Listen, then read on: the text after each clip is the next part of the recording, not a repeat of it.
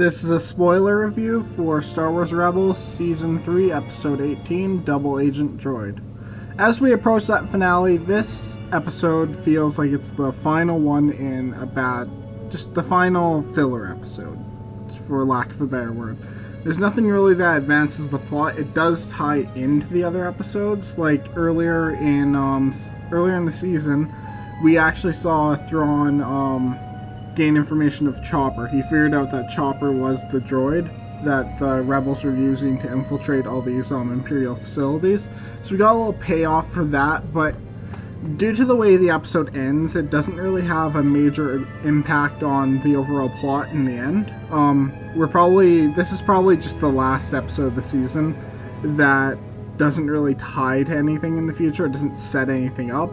Instead, we kind of just get to see Wedge. We get to see all these elements come together again for another episode, which is very nice to see. The episode's very well done. It actually reminds me of last season's episode, the one where Chopper, the Forgotten Droid, where Chopper was, where we actually met AP5 for the first time, where we had Chopper off on this little mini adventure that was really fun to watch, really funny to see. Lots of great lines, and you got to meet AP5 in the episode. This one has a very similar feel, where although it doesn't have an impact on the overall plot, it is going to, in the end, be a fun episode that I'll likely return to again. This episode starts out with, you get to see Wedge again, which is nice, and you get to see this interaction with Chopper and AP5. They expand on that relationship more, and that is always fun to see, the way they argue, the way they're able to play off each other so perfectly when one doesn't talk and one's more of an as you know kind of character, so just telling you everything. So these two play off each other perfectly, and their arguments can go on for 30 seconds, and you're just laughing at it. It's never going to not be entertaining to watch them. This episode is kind of one of those cut-up team episodes. We haven't seen Kanan for a while, which is something I really want to see Kanan in an episode again, but hey, they split up the crew again. Like, this time we get Hera, Zeb, Ezra, and Chopper from the main cast, but then you get Wedge and you get AP5 again, who are more of tertiary cast. I think we're saving most of everything for the next two episodes. Well, one's a two-parter, but regardless, you have the finisher to the Maul plotline, which is Twin Suns, which I'm starting to wonder, will the Maul plotline expand into 0 Hour, or is it going to be resolved in Twin Suns? Will it be kind of a pseudo finale? Will we see Obi-Wan, and then Ezra has to rush off to Chopper Base and find out what's going on? Which, by the way, from last episode, it looked like they were going to be setting up a base on Dantooine, but I guess we're remaining at Chopper Base for right now. So I assume Thrawn's going to find Chopper Base, is going to destroy it or drive them out of the system, and they're going to go to Dantooine. But my question is, how are they going to stop him from following them? So I'm really concerned, because if Thrawn dies here, it means we won't see him again in the near future. Like, we have that novel Thrawn coming out, but beyond that, there isn't really much Thrawn material upcoming to look at, and it's both.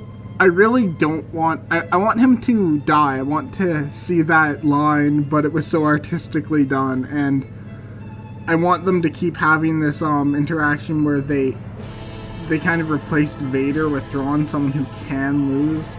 But Thrawn is, I feel like if he loses and continues to live, it'll kind of devalue him, because we don't really see a major victory, unless they play it like the rebels escape and he does destroy the base, so he deals like a massive blow to them, which also raises my eyebrow a little bit with what they're going to do here, because Dave Filoni originally planned for 3 seasons here. So we had season 1 was Act 1, season 2 is Act 2, and season 3 should be Act 3, but now we have an Act 4 in here. So I'm really curious as to how he's going to wrap this up, because he wrapped up Sabine's arc. And we know that Hera lives into Rogue One. We know the Ghost is in Rogue One. We know she was called over the intercom, and we see Chopper there. So we know those characters survive. We don't know if they survived the Battle of Scarif, but at the same time, what will he do here? Like, are we gonna... Sabine's out of the picture now. She hasn't escaped. She's allowed to live through this, but Kanan and Ezra, that is the big question. Zeb is a little bit on the curious side, but I kind of can see him just, like, surviving through there. And then there's that theory where Rex is the old guy from Return of the Jedi, which might mean he survives, but all these other characters, I'm wondering how they're gonna finish this. It would be cool if they did finish it, like we went straight into Rogue One from here, and then they continued it like after A New Hope. Like we got a season 4 between A New Hope and Empire Strikes Back. But at the same time, I kind of want Kanan and Ezra to still be in it, because we've built these characters up. We've built this synergy with these characters, and it works so well that I kind of just want to see a final season before Rogue One kind of builds into episode 4 some more. Yeah, because although it can be interpreted multiple ways, like Yoda's line where he's like, there is another, does that mean like Leia is the only other one that can get to Vader, or is that the only other Jedi in the galaxy? Like, I've always thought that was the other Jedi, like Leia, but now we've gained all these things being introduced, and heck, even the expanded universe, there were Jedi who survived Order 66, more than just Obi-Wan and Yoda, and they live on. We see all these characters, but that's all non-canon, and now they're kind of cherry-picking from there, so I'm wondering what they're going to do with that. What are they going to retcon that statement into? Because the statement's meant to show that Luke is replaceable. Like, even though he's our hero and he's going off to save things, he's not required to do it, which is one of those moments in the original trilogy that kind of... Empire Strikes Back shaded everything grays instead of it being black and white. So I'm just... the things coming up are just so exciting, and I'm wondering how they're going to do this. But we got Star Wars Celebration coming up, and we'll have our answers after the finale ends and when we see that trailer. And by God, am I just excited for that trailer, because Rebels has had amazing trailers since about season 2, when you had My Name is Rex. I'm just excited for what they do. But back to this episode, because I went off on a massive tangent there. We actually see quite a few things that we've never seen and done in Star Wars before. One of those things is hacking a droid. Like, hasn't everyone asked that question at some point? Or if you didn't, that's something you can totally see fitting into this universe. Because couldn't you hack R2-D2? Couldn't you hack 3PO? It's like, now we're just seeing it happen because you have this old, outdated model of Astromech being Chopper, and he's hacked. He's used by this guy who's just named the Controller by his subordinates. And he has this massive ship, and he's like sitting there in front of the computers. He's trying to find their base, and this guy, I couldn't help but mentally think, you idiot, every single time he wasn't alerting someone, hey, we're working on this, but we're not going to take action yet. Because if they had, you would have known that there would have been something for the Imperials to pick up on. And it's not often I look at a villain and say, you should be doing things more intelligently, but geez, this guy, he was just... Why not keep someone updated? But hey, he wanted the glory for it. You can take it as a character trait. It's not episode ruining, and this is more of a light episode. It's like the calm before the storm, but still having that element of fun in it. I love how they figure out that Chopper is hacked. Whenever someone figures this out, it's besides Wedge, when he's being nice to people, and he's using Imperial Protocol. I felt so bad for AP5 every time he's trying to alert someone, and you just know, because you're the viewer, you're given this information while these other characters aren't. So watching him try to convince other people, oh, it makes you feel so bad for him, and it kind of shows that whole droid thing where they're not usually treated with the same level of respect as other people. But then again, it could be interpreted as just his character, because he is very bigoted. He's like, I am superior, he's in charge of the mission, he's just eating this up. So it's kind of believable that he wouldn't be taken seriously here, which is very good writing on the part of the staff. They know exactly which characters to put in where. Like having Wedge here, who doesn't know Chopper, not believing AP5. That's perfect. That I couldn't have asked for a better reason. If that had been Ezra, who was being given water and being nice to, like, they wouldn't have known something was up right away. But because of this, it stays a mystery just long enough for Chopper to cause problems.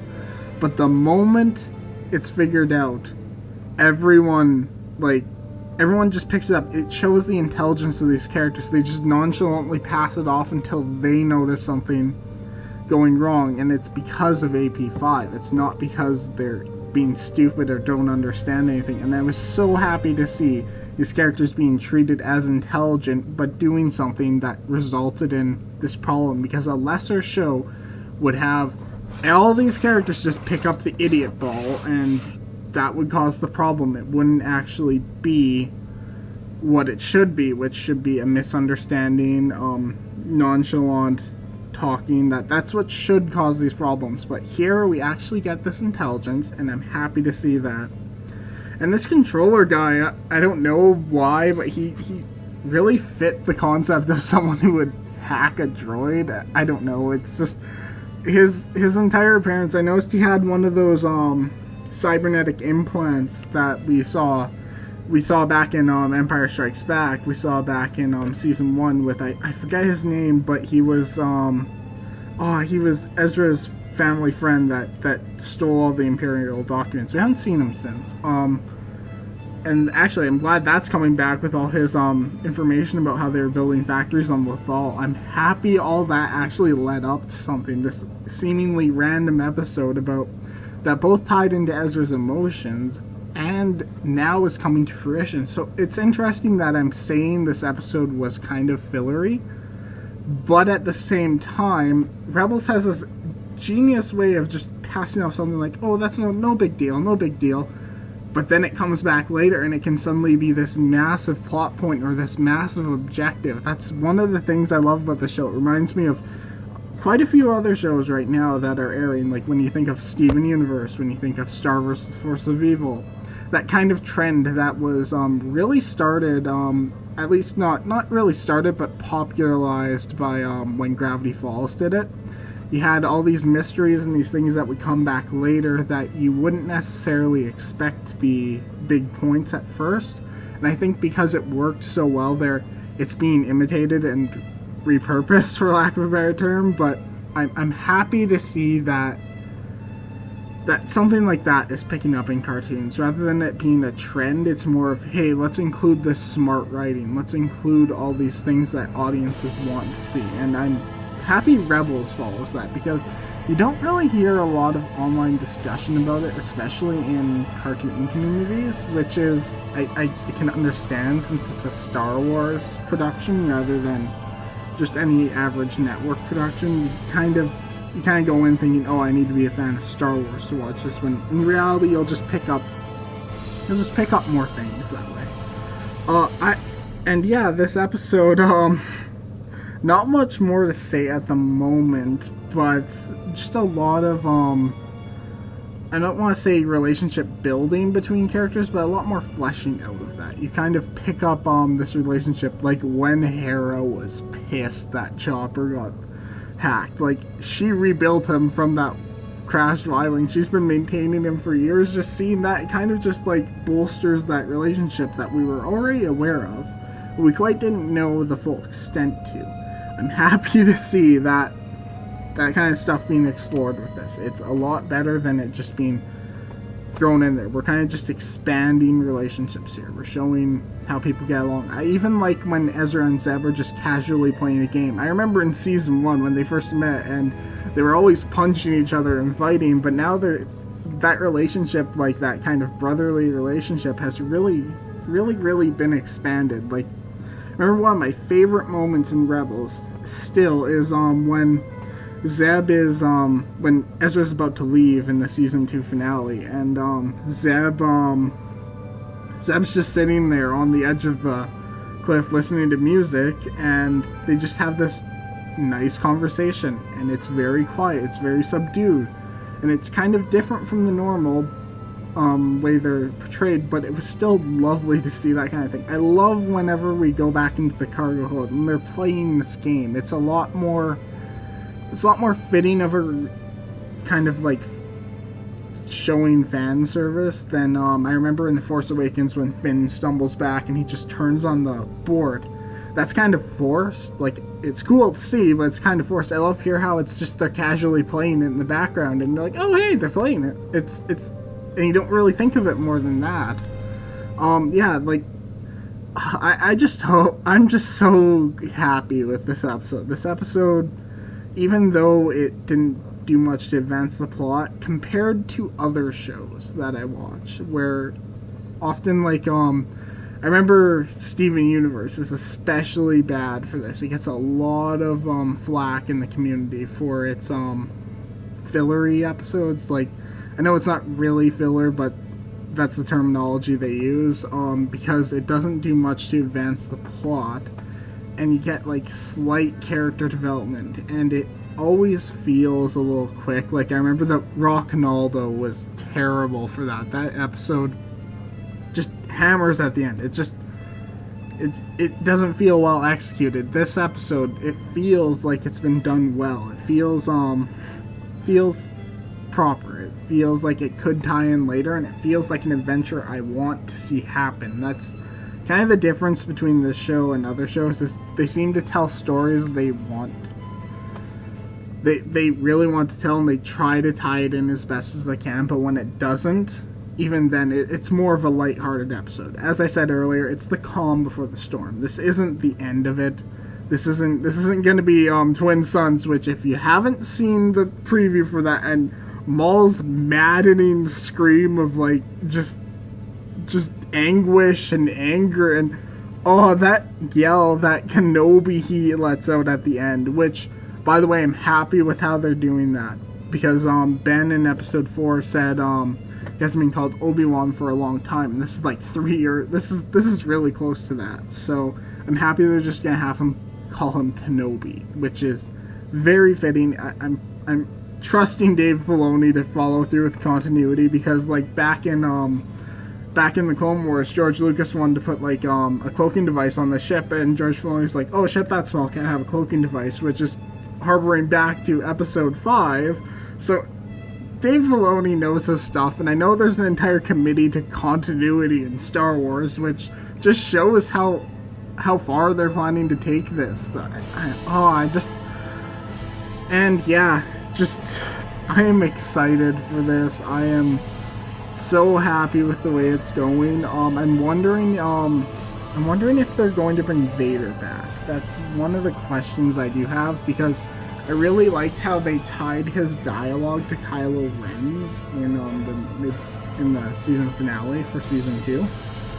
I'm wondering if they're going to do that again for The Last Jedi, which I'm excited to find out news about that at Star Wars Celebration this April. I'm just so excited for this. What a time to be a Star Wars fan. I can't really say much more than that. This episode, glad it exists, glad it happened. Couldn't ask for a better calm before the storm. It's very calm. It's very crew based, and things are about to get crazy. It's about to get nuts with 0 Hour, because you have Thrawn and you have the promise of Maul versus Kenobi. So you have these two massive plots about to converge, and if they end them, that leaves it open to opening up new cans of plot for next season. Although I am curious, are they actually going to go through with this attack on the factories on Lothal? Because they are building up to that, but 0 hour seems to be an attack on the base, unless Thrawn's going to attack while all the ships are gone, which would just be... that would just be evil and 100% Thrawn. Yeah, I hope we can see Bendu at least one last time before the finale comes, but I can't really say anymore. Let me know what you thought of the episode in the comments down below. Thanks for watching, and see you guys next time.